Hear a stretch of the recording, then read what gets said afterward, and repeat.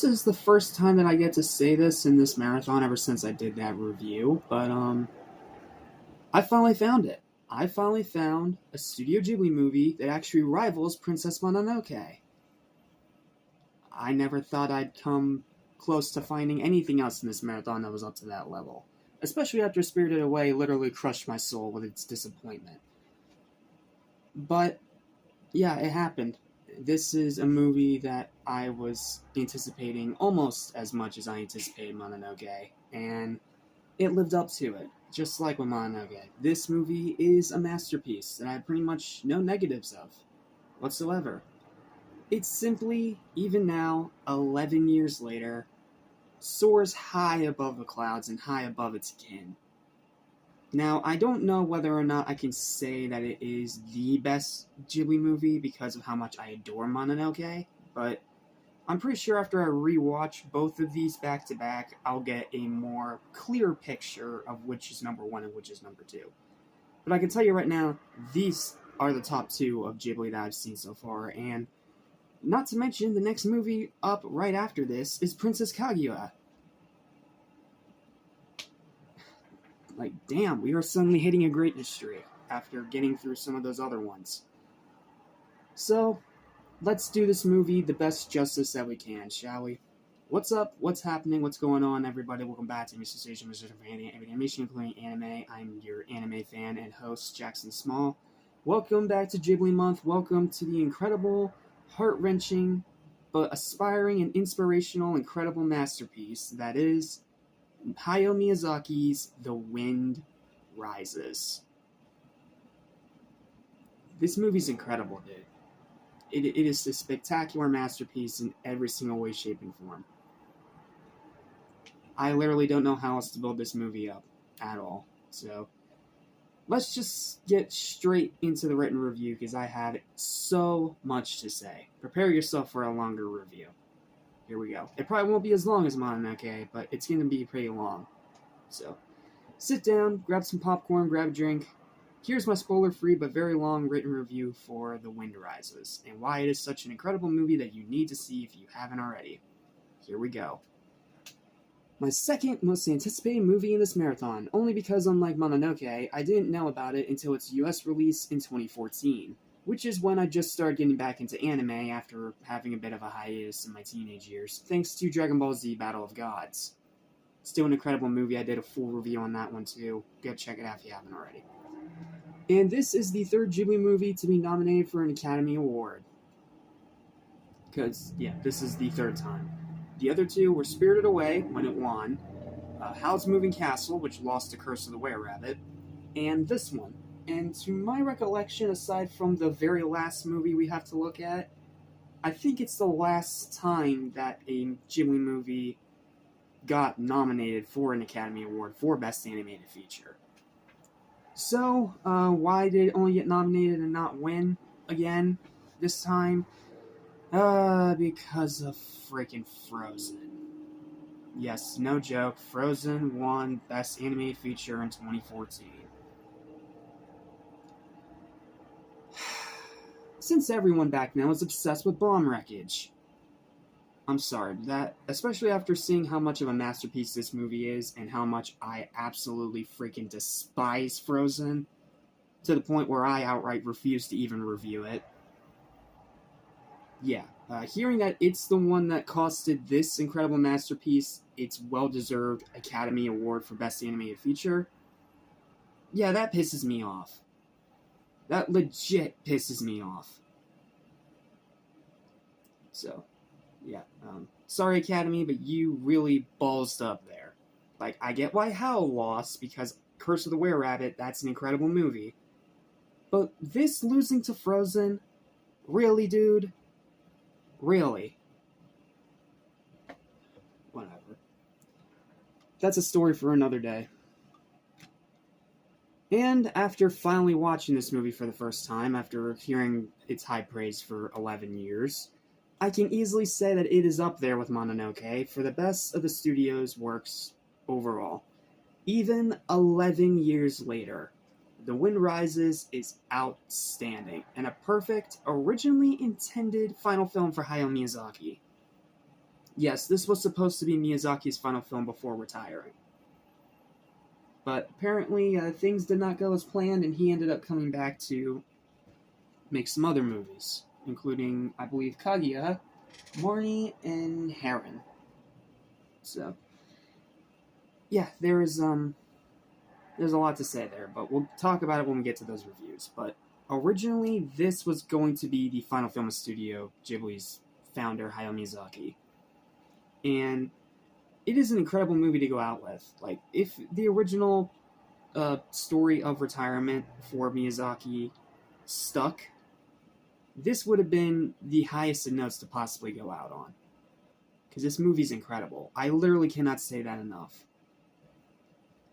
What sets this apart from the get-go is that instead of being a fictional fantasy or an adaptation of already existing source material, this tells the mostly true story of an aspiring aeronautical engineer from World War II named Jiro Horikoshi, and his life's journey to build beautiful planes for Japan, as well as growing into adulthood and falling in love with Naoko Tsutomi. Sorry if I'm mispronouncing your names. While there are some creative liberties taken, especially the infamous ending that flips everything upside down, it's still a genuinely wonderful story and, much like Horikoshi's planes, very well crafted.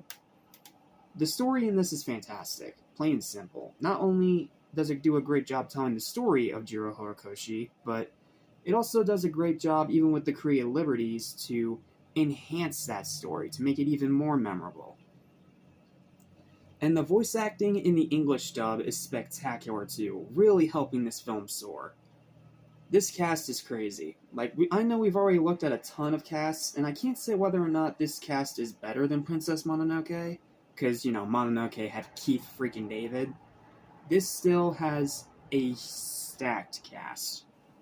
Joseph Gordon-Levitt, Emily Blunt and her husband John Krasinski, Martin Short, Stanley Tucci, Mandy Patinkin, William H. Macy, a young up-and-comer in Mae Whitman, yes, TMNT 2012's April O'Neil in one of her first ever roles, and she's amazing, beloved Hobbit and local independent horror movie legend Elijah Wood, and even Broadway star Darren Criss, who many of you may or may not remember as the voice of Raphael in Batman vs. TMNT.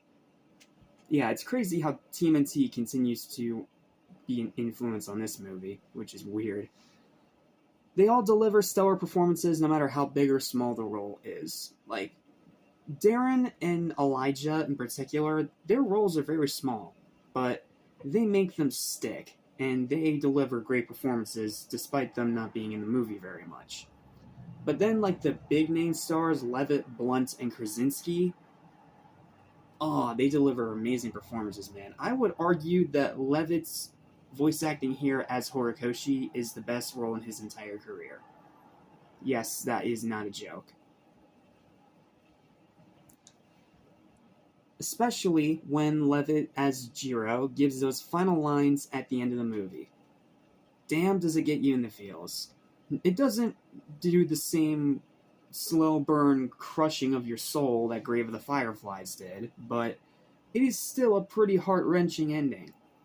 I'm not going to say why because it's a massive spoiler, but once you see the movie, or if you have seen the movie, you know what I'm talking about. But then there's all the other parts that's helping this project fly, such as incredible adult writing. There's no swearing or anything like that, but everything about it feels adult and mature and very, very meticulous. Breathtaking 2D animation, especially the flying scenes. Delightful characters. I love all the characters in this movie, even Horikoshi, despite what happens later. Phenomenal music. Such good music, some of the best in Ghibli. A wonderful romance between Jiro and Naoko that's full of undeniable chemistry. It is a wonderful romance between these two. And it's also because Levitt and Blunt have such good chemistry together on screen as these characters. It's legit impressive. And unlike from Up on Poppy Hill, where it was forced and didn't make sense, this one, they worked it into the movie perfectly. Once again, Dad doing things better than the son. Weird how that works. Superb tone that balances aspiration and later regrets, fantastic pacing, perfect runtime of just barely over 2 hours. It's one of Ghibli's longer movies, but again, like Mononoke, it does a great job at handling that longer runtime, and it doesn't feel too long or too short. Very high rewatchability, and some of the best visual storytelling I've ever seen in animation. Seriously, like, this movie's visual storytelling, it is some of the best I've ever seen. It rivals Pixar at its best, and no, that is not a joke. It is simply just iconic. That's what this movie is. Sure, it got robbed of an Academy Award by bomb wreckage, but it's still iconic regardless. Sure, it may not have been Miyazaki's actual final movie, and yes, it's not completely accurate to the real-life story of Jiro Horikoshi. But once you discover that this is Miyazaki's message being sent personally to the man himself, Horikoshi, especially in that very heartbreaking finale that Miyazaki himself added to send that message to Horikoshi, it just makes it even more powerfully profound. I cannot say it enough, this movie's ending, it sticks with you. I simply adore this film, and just like Mononoke, is one of those animated films that everyone needs to see if they haven't yet. Sure, it is a bit of an emotional roller coaster, but trust me when I say that it is more than worth the ride. Hop in the plane, take flight, and see it for yourself.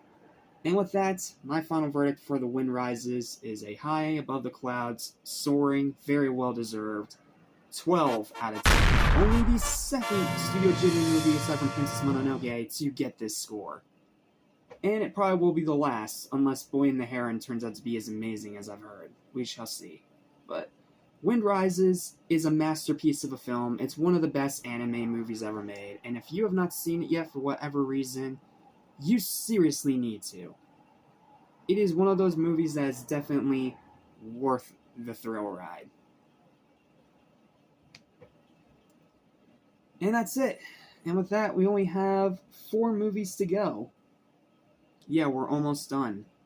Pretty surprising that we are so close to the end when it feels like we literally just started not even like 3 or 4 days ago, even though it's been weeks, but you know what I mean. So, what's left? Well, Princess Kaguya, another super highly acclaimed one. When Marnie Was There, which I've heard is one of the most heart-shattering things ever made. The terrible dumpster fire that is Earwig and the Witch. And finally, The Boy and the Heron, which was Miyazaki's big comeback after his son embarrassed the studio. Now, I can't remember whether or not Boy and the Heron actually won the Academy Award for Best Animated Feature when it came out, but I'm sure in research I will find out, and I'm going to see if it actually lives up to all that hype. But I mean, it should. I mean, it's the second Ghibli movie to have Christian Bale. Dude's usually great with the scripts that he picks. Alright, that's going to do it for this review. Thank you so much for watching. Feel free to like, share, and subscribe for more videos like this almost every single day. Let me know your thoughts and opinions on this movie in the comments down below, as well as Studio Ghibli in general if you so desire. Check out my Anime Arena playlist if you want all my Ghibli reviews, as well as my reviews of other anime, including Dragon Ball Z, Attack on Titan, and My Hero Academia, to name a few.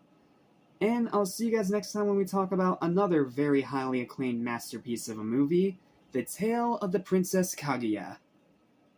I've heard nothing but great things about it. I am excited to finally check it out. See you in the next review.